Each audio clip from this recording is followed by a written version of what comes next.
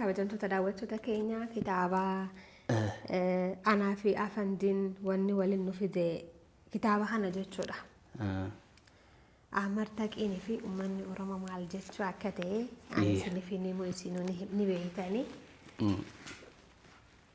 Hundee maatii keenyaa argee fi qabsoo uummata Oromoo bara 1898 hanga 1966 kan jiru kana keessaa hunda keessaa hin tuynu isiniif dhisna isinii dubbistanii waa'ee kitaaba kanarra haasofna. Okay.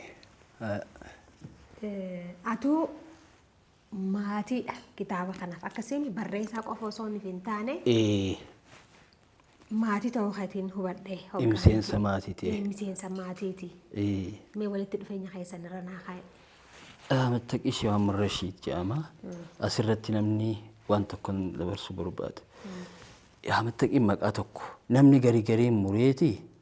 Ahmad maqaa isaa godheeti. Taqii maqaa abbaa godha. Waggaa fedhan hundee Taqii faa jedhan barreessanii hundee Taqii kana jee na ajaa'iba. Daawwattoonni keenya maqaan isaa kasirriidha Ahmad Taqii. Abbaan isaa immoo Sheekh Muhammad Rashiid. Kunis maqaa tokko sadii fakkaata. Sheekh Muhammad Rashiid maqaan. Sheekh Muhammad Rashaadii miti akkas warri jedhu ni jira. Sheekh Muhammad Rashiid. Kasii hundeen maqaa qabsoo isaati. Amma kitaaba kana yoo galaalti dubbifte Ahmad Taqii eetiin barreesse. Bakka takkatti hundee jee. Hundee hatee eega daggala seeni caakkaa.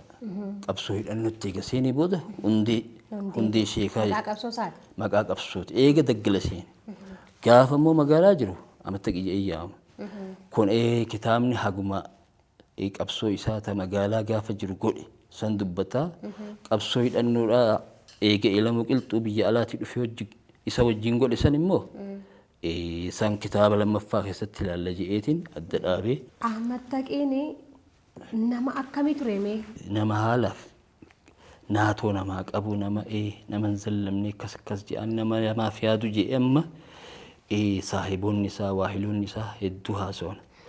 Namoonni Ahmad Taqiin qabsoo san keessatti akkaan jaallatuu fi haalaan amanuu maqaa fa'aa moggaasee fi maqaa adda addaa moggaasee fi waliin imalaa ture fa'aa hedduu jira. Sanneen keessaa motora qabsoo je'ee namni inni kaa'ee jira. Namni kun eenyu laata? Eewwa motorri qabsoo lameen motora qabsoo lameen jedhan. Siraajoo Kamaalii fi Ahmad Bishidii moo jedhan. Maaf akkas jeen? Bakka sochii tana keessatti qoonni isaanii guddaa. Kitaaba kana keessatti Ahmad Taqii fi namni hayyuun guddaan tokko Qorabee Libaay nama jaamu jira. Eewwa. Waa'ee isaarraa naa haasa'ee hariiroo isaanii. Namni kuni keessattuu gahee nama kanaa namoota hin himamneef hedduutu jira kitaaba kana keessa. Amma Abdulaaziz.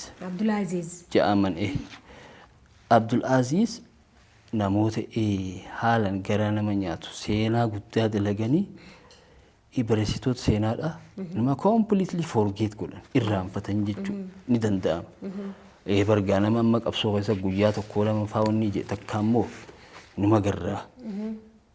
Sanii sirrii miti wayyaaniin bakka gaaf tokko hiitee kana fa'aa akka jeena addaa godhanii odeessan kan ammoo gaafa dukkana gaafa namni Oromoo of hin jenne husan baratii Oromoodha jedhanii warra nama dammaqsaa ture nama sosoosee jechuudha. Pikchariin isaa kana. Qanyaazmaachi yoonniin isaa gulantaan isaa taayitiliin isaa Abdulaaziz oduma paarlaamaa Hayila Sillaasee keessa jiru wanni keessas ni jira. Waldaa Maccaatu lama damee Harargee isaa bane. Inumaa magaalota hunda keessan babal'isa jedhee odoo jiru mootummaan Hayila Sillaasee waldaa san akka ukkaamamee hafu godhee 69 jechuudha. Boombii darbisan jedhanii kaan hidhee kaan akka Maammoo Mazammir fannise Taaldee Birruu Harargee geessee hidhee akkasitti waggaa jiru inni paarlaamaa jira gaafas Dubaa sappoorti godhu. Oduma paarlaamaa jiru hin beeku mootummaan irratti. Saan booda waggaa taa Jeneraal Taaddasaa Birruu galamsoo dhufu. Dubbiin tun waggaa dhaga'amu Ahmad Taqiidhaan aboo namni amma galamsoo dhufee mootummaan hidhee akka gizootii jedhaniin saniin fidan galamsu hidhaa dhaabbataa jechuudha.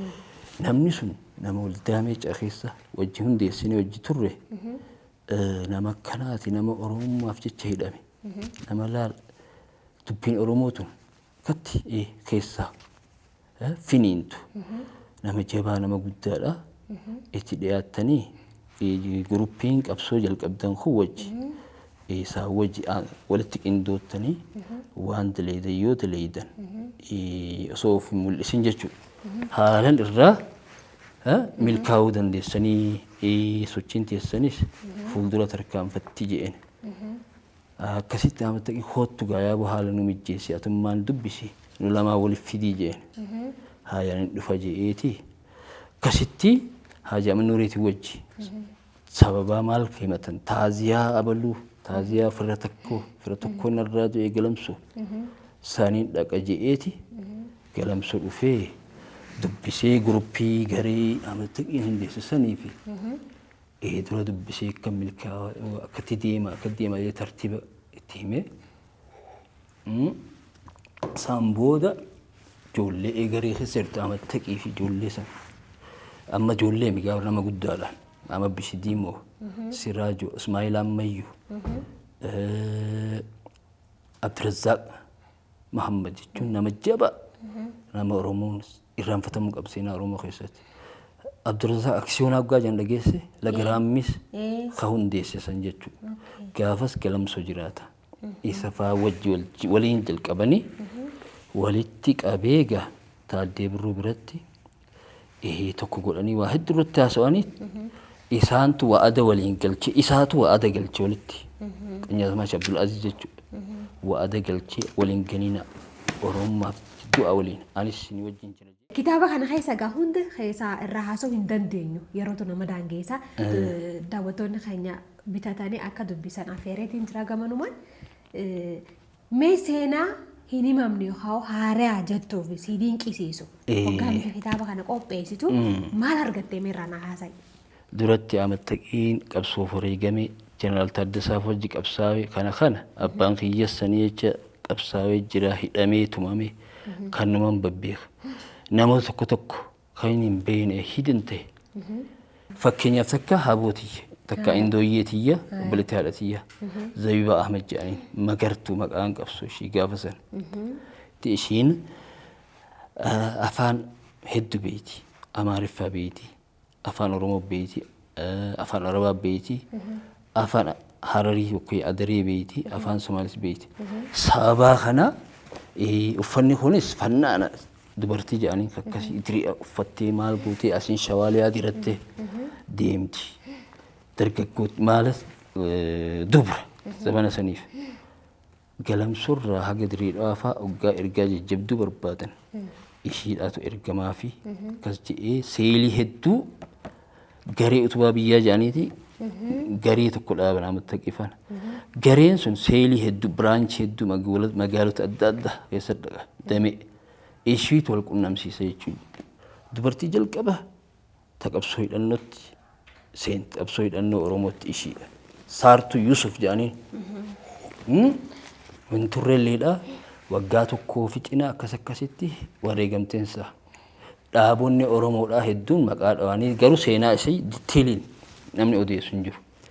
Maquma ishii qofadhaan ishiitu bar qabsoo jalqabaa seenee dubartii Oromoo jedha. Namni wanni hayyi godhe allaaf takka immortaalaayiz godhe artiist Nuuhoo Goobanaa sirba isaa tokko keessatti dubra Oromoo kajoo tokko qaba. Achi keessatti sababaa saniiti seenaa ishiitu nuti maali saartuun tun jennaan abbaan akkanaa bara saartuun inni baana footoo ishii jira mana keenya duratti kaalendara tootaaltu maxxanse kaalendara sana. Achi gubbaa jirti kaalendarri sun maanaa hedduu jira galamsu. Namni hedduun beeku maal isaa maanaa isaa booda baranne hoggaanidha. Nuuhoon sanbaanaa fakkeenya fudhaadhu ta'a eekkana jedha. Fakkeenya fudhaadhu ta'a akka sartuudha. Dhigaan barreessite seenaa dubartuudha. Dhigaan barreessite seenaa dubartiidha. Hogguun yaadataa seenaan Oromoo ta'a ayyoo kullee yaa intala Oromoo na dhageessa ayyoo kullee yaa haadha Oromoo na dhageessa dhiiraa wajjin dulaa jiran biyya keessa jedha nu gobanaa rabbi rahmataa godhuufi. Hanga tokko ranaa kaayimee galamsoo fi Jeneraal Taaddasaa Birruu. Jeneraal Taaddasaan amma namni gaafa san jiru maal siin ja'a. Jeneraal Taaddasaa ni beekan namni lubbuun jiru waa lamaan yaadannaa baarneexxaa ofirraan buusu jedhan. Harkatti immoo eegee fardaa ta ciraa jedhaniin san qabata jedhanii shirshirii fedha. Gama bitaatis gama mirgaatis bahaa dhihaa deemeeti. Wanni sun akkuma kii jalqabe jedhan duratti boodarra nama gaggaafata nama karatti ummaa ati akkami maqaan keenya eessa deemta gosti teetame dhugaa jee an itu takka immoo an islaama jedhan lakki islaamni amantii teeti ati Oromoo bara ituun gosa tokko ituun gosa tokko sabni kee immoo Oromoo jedhama barsiisuu jalqabee jedhan. Kadhaamsaattis tarii gaafanii fi kitaaba kana qopheessitu barreessuudhaaf barreessanii qindeessanii hanga maxxansuutti daadarkaa hedduutu jiraate wanni addaas qunnamee yoo jiraate.